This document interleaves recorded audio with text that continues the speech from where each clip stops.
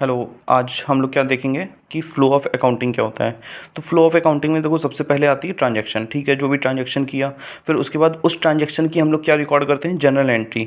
अब journal entry में जितने भी अकाउंट्स आते हैं जैसे राम, श्याम, कैश वगैरह, उन सब का लेजर बनता है, लेजर अकाउंट बनता है, ठीक है, उन सब अकाउंट्स का लेजर बनता है।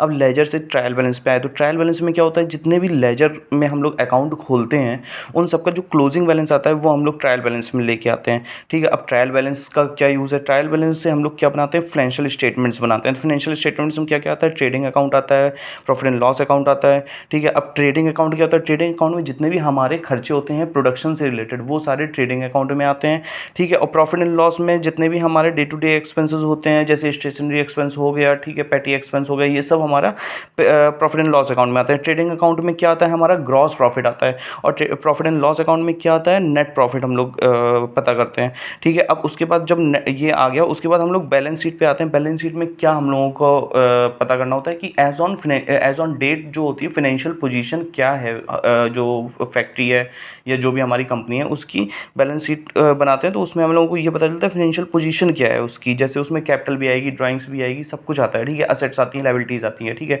हम लोगों ने अकाउंटिंग इक्वेशन में देखा था ना कि उसका इक्वेशन क्या होता है कि asset is equal to capital plus liabilities, ठीक है, तीनों चीज़ें आती हैं, उससे हम लोगों को बैलेंस शीट पता चल जाती है, ठीक है। Thank you and like and subscribe if you like this channel.